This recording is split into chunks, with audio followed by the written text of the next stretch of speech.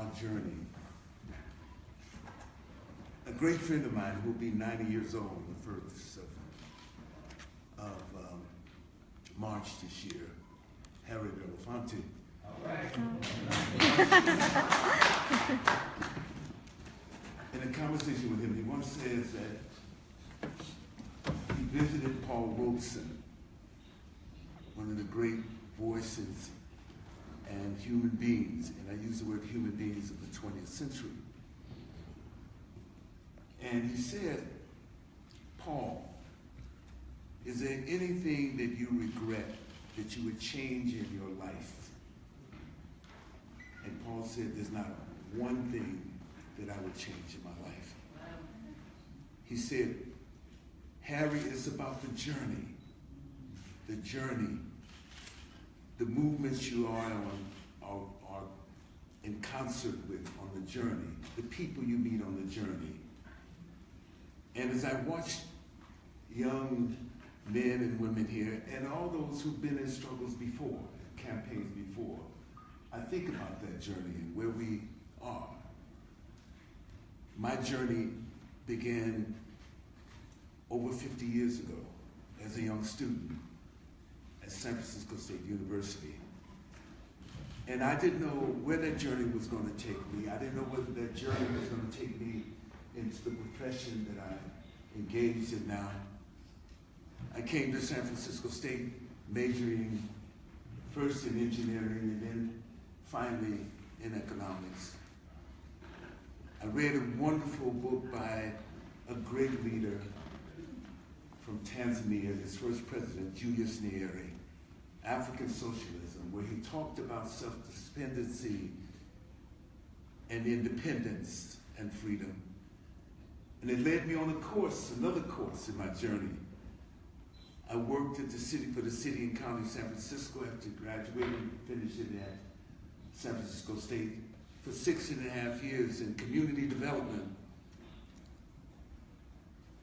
The Office of Community Development and Model Cities program in San Francisco, California. I worked out of the mayor's office. So I saw communities, men and women, at an extraordinary point in time in the early part of the 1970s, became architects in their own rescue.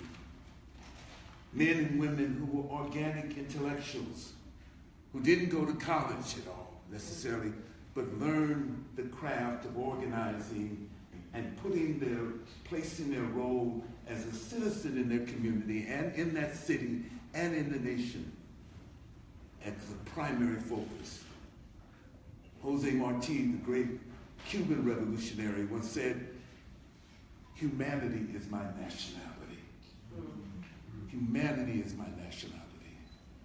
So as we talk about the journey and where we go from here, because we know you're sitting at this moment, at this incredible moment in your own life, open to ideas, open to your own imagination. Einstein said that imagination is more important than information. At this particular moment, you have an opportunity to further that journey, to hear the voice of Morris Mann, to hear the voices of Nissan workers, to listen to their stories and make those stories a composite of your own story. You have the opportunity to listen to them, and we often lead with our heart and our imagination and say that how does this down here, this sense of their own transformation as their own journey, how does our journey find its way that intersects their journey as well? It's simply a march. There have been many marches over history, over human history, many marches in Mississippi, particularly when the time that I was growing up in San Francisco, California. But the march itself is only the beginning of the process. The march itself is a catalyst for the other work that you do in support of those workers, in support of this campaign, but also in support of yourself. I remember as a young kid, my mother used to always tell me, and the rest of us, that I'm eternally grateful for my mother and father because I didn't pick cotton in September.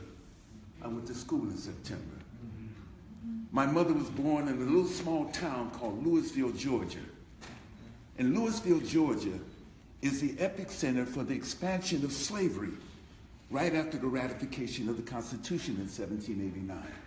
It's the epicenter. That's where it began. Part of Georgia is now part of Mississippi and part of Alabama. The Yazoo Frog was in 1796 was the beginning of this expansion, slavery and everything else. But she said, so for her, you pick cotton in September. And then after you finish picking cotton in September, then you go to school. No questions asked. Those poor people did. She didn't pick cotton in September. Her mother and father did everything that they could to make sure that those three kids of theirs were in school.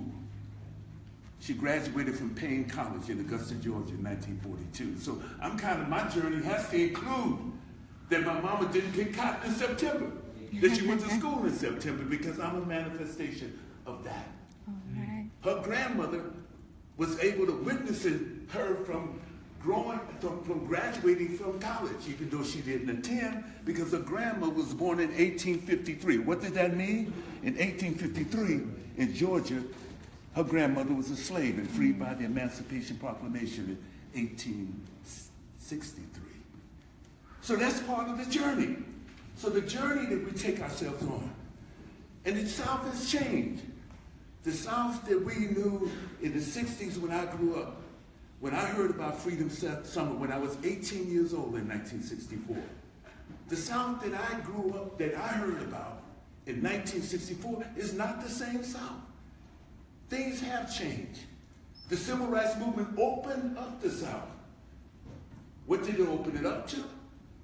Certainly, men and women had an opportunity to go to Ole Miss. Men and women got positions and more elected officials in Mississippi than in any other state in the country. So more electoral. African Americans became part of the body politics. Even though there was still voter suppression and other things like that, they became part of that. And so they were transformed in a certain way, but something else happened as well. Something else happened. The companies that were in small towns like Passaic, New Jersey, or small towns like Cornell, New York, and small other towns, they all decided, look, I don't have to deal with unions anymore. Let me move down to the South. The South is open now. The South is up there, free to do business. And what they did was they started a trend. And then those jobs that were here, those manufacturing jobs, where you make curtains, towels, and everything else, where you make jeans and everything else, those jobs are no longer in the South once they came down here, because they came down to Louisville, Georgia, the same place. In the 70s, it came down to Louisville, Georgia. Those jobs are no longer, where are they at? They're in Saipan now. Where are they at? They're in Lesotho now. Where are they at? They're in Mexico now. Where are they at? Everything. So something else is happening. So in the quest of that, we have this opening space, but we have something else that happened. The rights of workers now have been curtailed or have been stepped upon.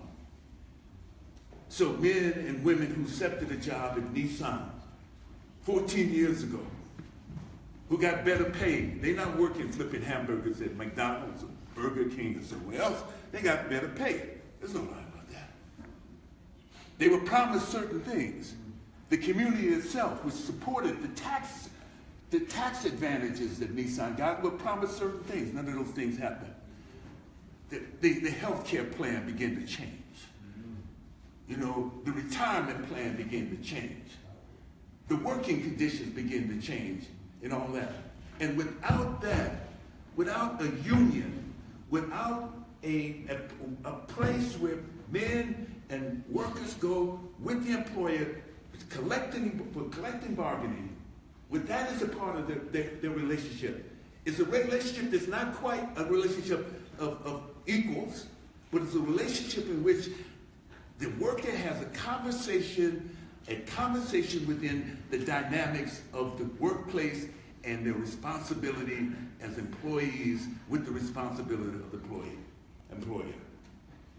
That wasn't taken. That didn't take place. So now we're here at this particular moment.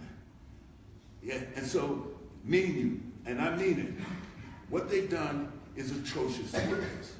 What they've done, the grievous situation that workers find themselves in is unacceptable.